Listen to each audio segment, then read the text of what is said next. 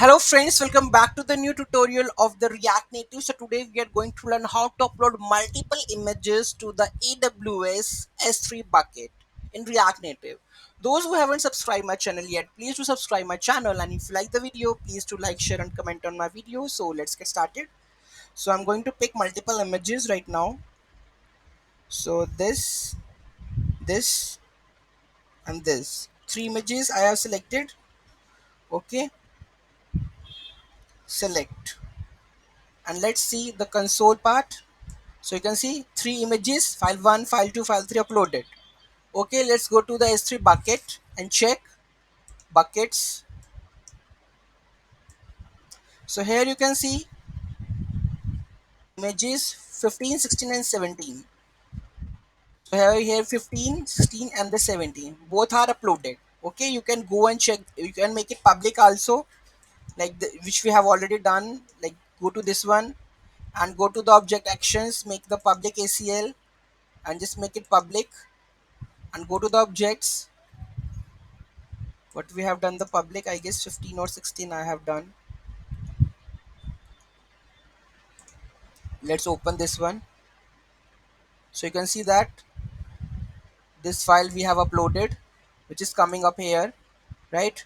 So this is how we are able to upload multiple images in the React Native AWS S3.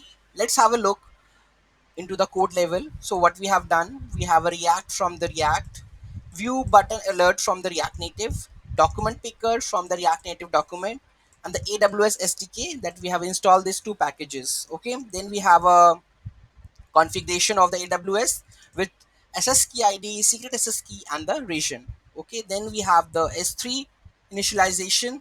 Then we have upload file to S3, which requires the bucket name, file name, and the file path. And this is the params we have to send it into the S3 upload function with the params.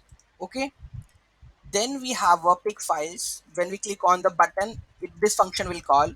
Okay, so first of all we have to go with a pick multiple. If you want to multiple, then you have to add multiple with the type images and copy to cache directories. Okay, then we have to define the bucket name. Then this is a list of files we have to upload into the database, so we are using the for loop. Okay, and after that we have a await fetch file path, then response blobs, so it will give you the file data, and we have to send it to the upload file to S3 bucket with bucket name, file name, and the file data. Once uploaded, it will show you the file name. Any error occurs, it will show in the error console, and any error occur due to the image pick or file document picker, it will give you the alert like this: file selection cancelled, unknown error. Okay, and the last that we have the UI part. Okay, where we have called the pick files. Okay, so any doubt, any query in that, do let me know in the comment section. Thank you so much for watching this video. Have a great day.